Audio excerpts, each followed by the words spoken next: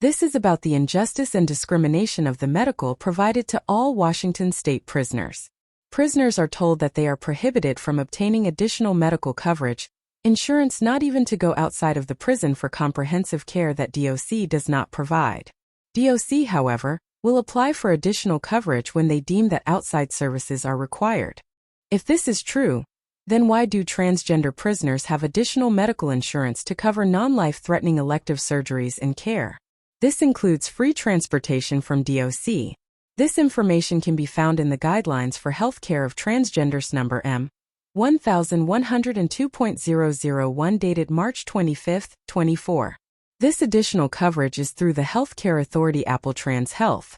There is no out-of-pocket expense to transgender for this care. Prisoners who are not transgender do not get any such medical coverage. If we want non-life-threatening comprehensive treatment, we have to pay out of pocket for the provider and pay DOC for transport to do this. We are required to use the Offender-Paid Healthcare (OPHC) packets. This shows blatant discrimination against every Washington state prisoner who is not transgender. I can electively change a body part for free, but I have to pay to save my teeth. Anyone see the problem here?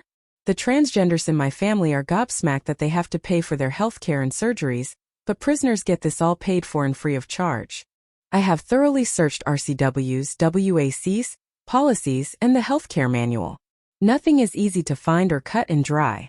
My mother and I are considered indigent by federal and state standards. However, DOC states we are not indigent because we have $25. With the limited resources, the rest of this information is per the healthcare manual. HCM. My journey. June of 2022 with a broken molar. DOC Dental will fill teeth, pull teeth, and clean teeth. They will do nothing else to save any teeth. It says in the HCM that they will, but they do not. All medical and dental are geared for band-aids and no real health care. The DOC dentist told me that I would have to utilize the OP to save my tooth, which required a crown in the HCM under Level 1 care. The dentist to perform a restorative including pre-form armed crowns. This was never discussed or provided as an option. It takes the clinic 4 to 6 months to even process the OPHC packet. This includes getting approval from the Care Review Committee, CRC. I will point out that dental could have done this for the in-house crown but chose not to once the case is presented to the CRC. It is either denied or approved as medically necessary. If this is a true statement, why isn't DOC fixing my teeth? At the very least, DOC should provide the transport free of charge, since I have to pay an outside provider for something that is medically necessary.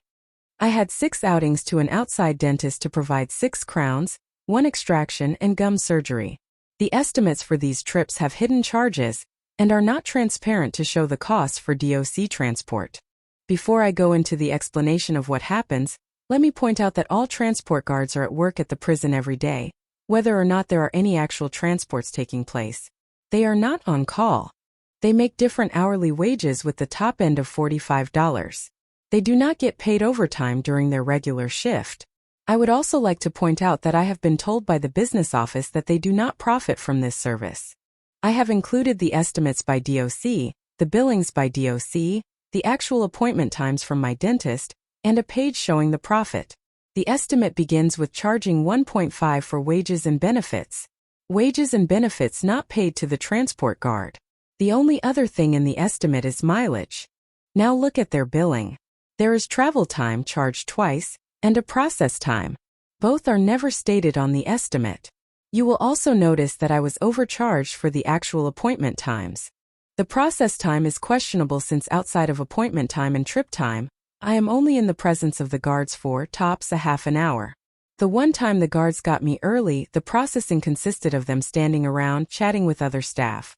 To date, we have paid $3,135.61 to DOC for transport. DOC is charging us an additional $821.62. Let's look at their record keeping. Actual appointment hours total 11 hours and 44 minutes. The time estimate was 15 hours. Now DOC is trying to charge 16 plus hours for time. Obviously, the estimates are not transparent. Nor does DOC adjust the estimates based on the actual wage of the guard performing the transport. I finally got to go out 1 year after breaking my molar in June 2023. We never heard about a balance owing. In June of 2024 we were billed with the time being wrong. This discrepancy, as you will see, is that they are charging me 5.5 hours for an hour appointment. Then, 15 months after the appointment, DOC changed the billing again, showing that more was owed. These are attachments number 1, 2, 3, 4, 5, 6, and 7. I have unsuccessfully tried to straighten this out. There are 3 departments involved.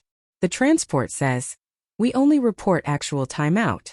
The clinic claims that they only approve the packet and have nothing to do with the billing or time. The business office claims they only billed the time that the clinic gives them.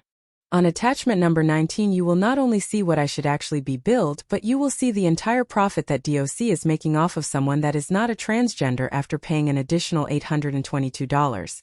It's bad enough that prisoners cannot even receive proper care, but DOC profits off of their pain.